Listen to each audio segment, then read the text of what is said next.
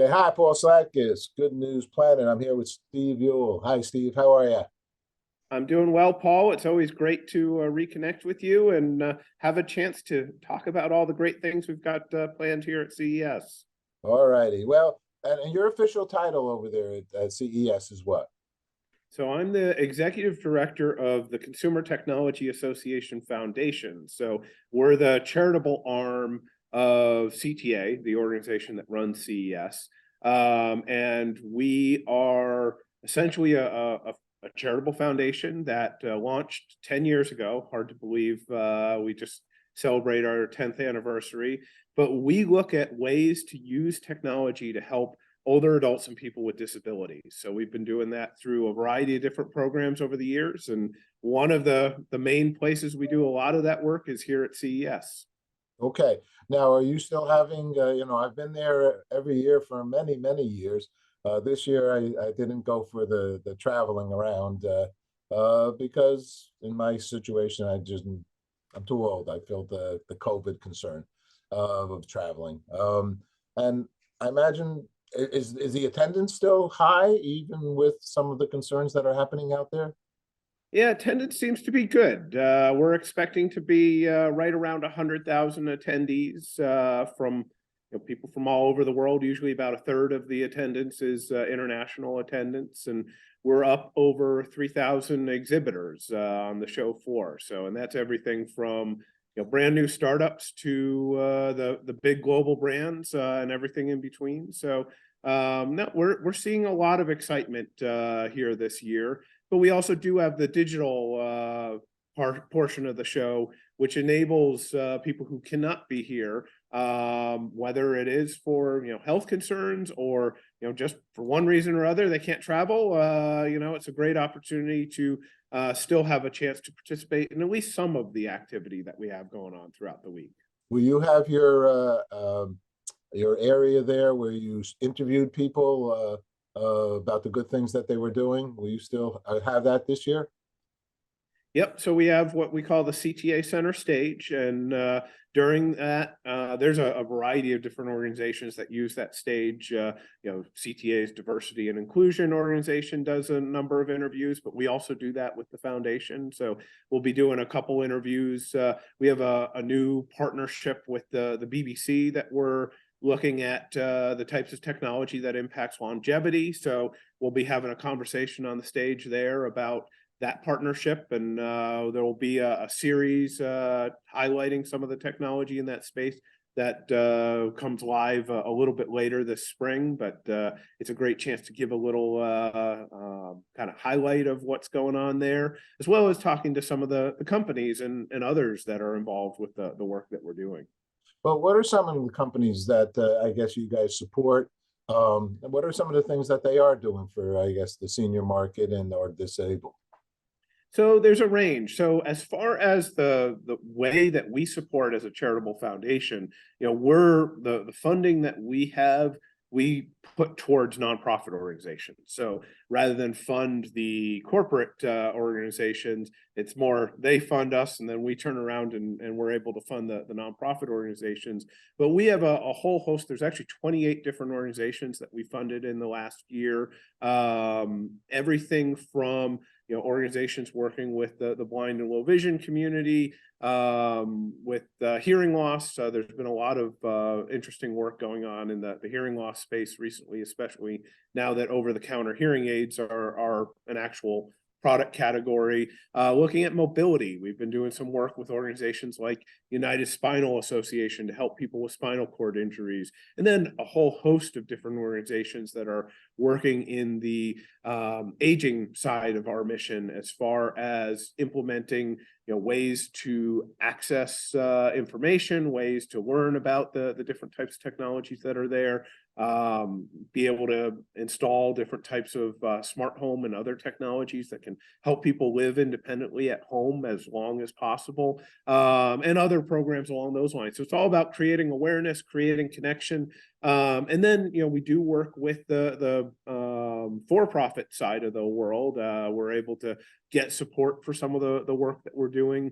One of the other programs that we do have at CES is what we call our Eureka Park accessibility contest. And Eureka Park is the startup area of CES. So we'll have 1,000 startups from all over the world on display this year and in Eureka Park. But every year our foundation does a contest where we have companies enter and we pick 5 of them, and we select those 5. We give them a free booth in Eureka Park. We give them a little bit of funding as well, just because it costs money for startups to be in Las Vegas for the week showcasing. But we've got 5. This is the 7th year that we've done this. We've got 5 really incredible companies, including a company called Biomodem that has essentially an ankle exoskeleton that can help for people with ankle mobility issues with movement. We have a company called Callaghan who has a kind of smart wheelchair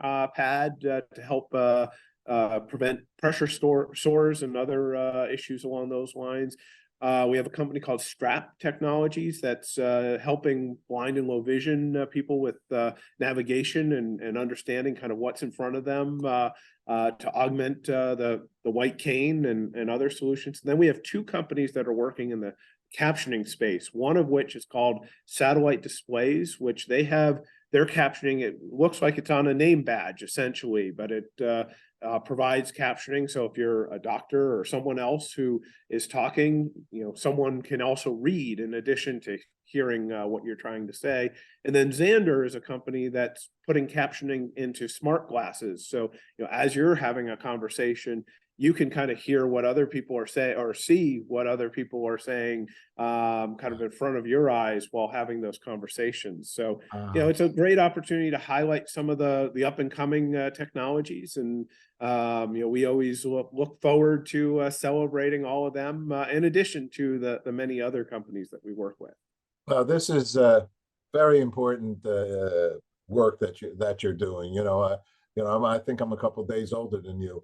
And the fact of the matter is, unfortunately, I'll have to say that, maybe 4 out of the 5 that you just mentioned, I have friends and our associates, I'm 73.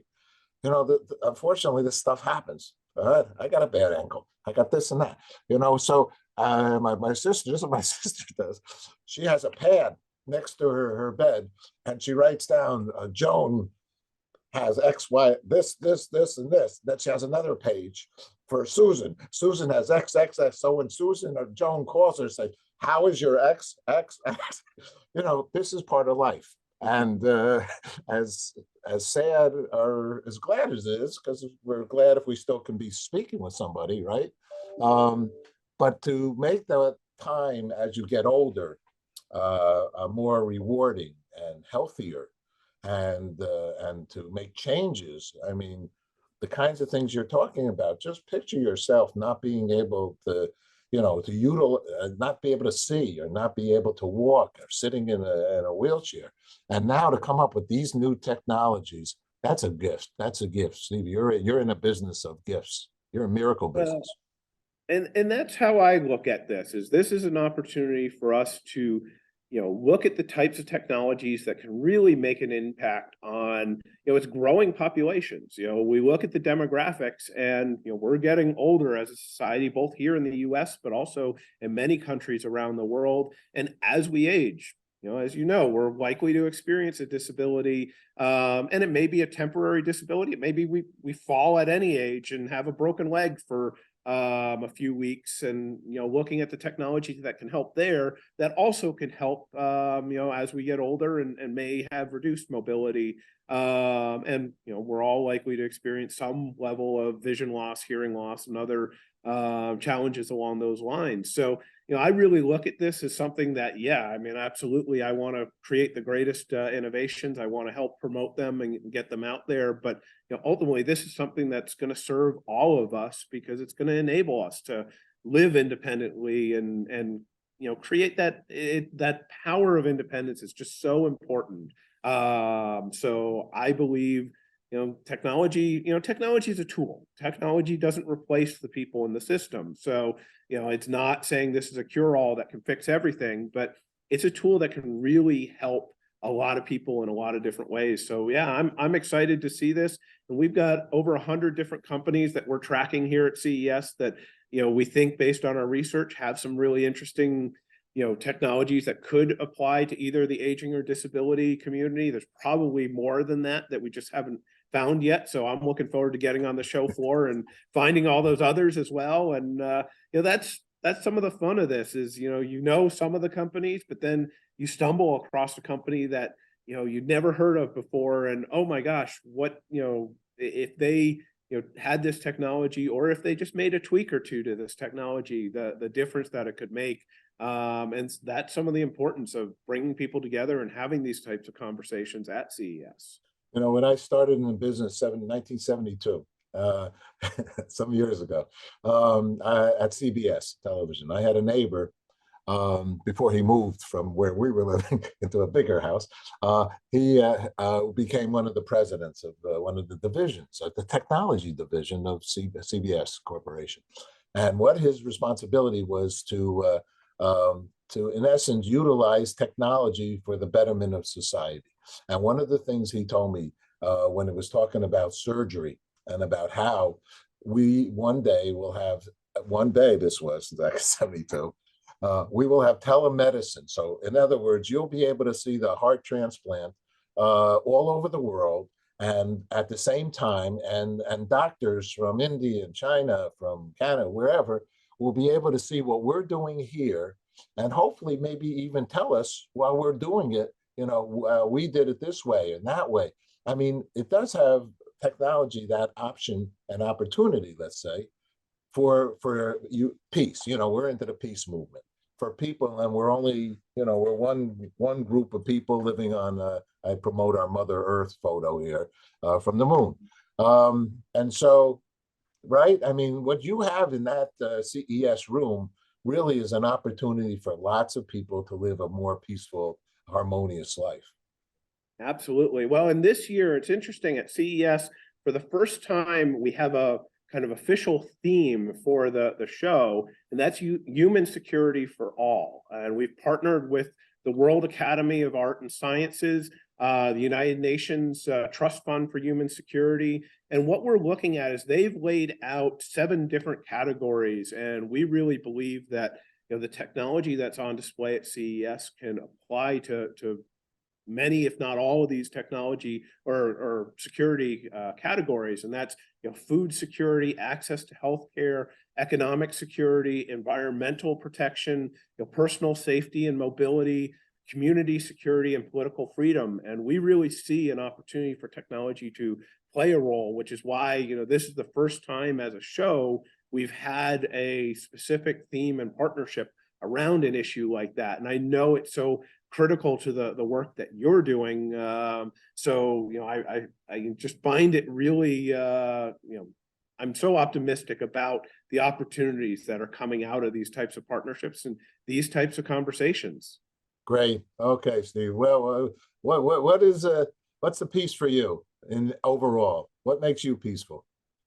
So what makes me peaceful is that optimism of the opportunity to bring people together, to have the types of conversations, and even people who don't always agree with them, with each other on different issues. I find when you can sit down and have a conversation, amazing things can happen. And I'm a big believer in that. I believe great things will happen in this world, and it's through having conversations with folks like yourself that we're going to get there.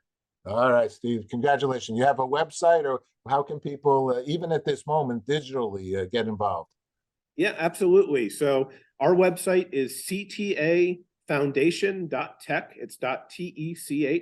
And that's for our foundation. If they're interested in learning more about CES, it's just ces.tech. Once again, .tech. And they can find out all the information on there about everything going on this week. And we'll be having lots of great programming throughout the week, and I have no doubt we'll be sharing a whole lot of it as we come out of the show as well. Fantastic, Steve. Always an honor, pleasure to get a few moments to speak with you. Continued success and keeping the world in a nice place. Thanks so much. Absolutely. Thank you, Paul. you.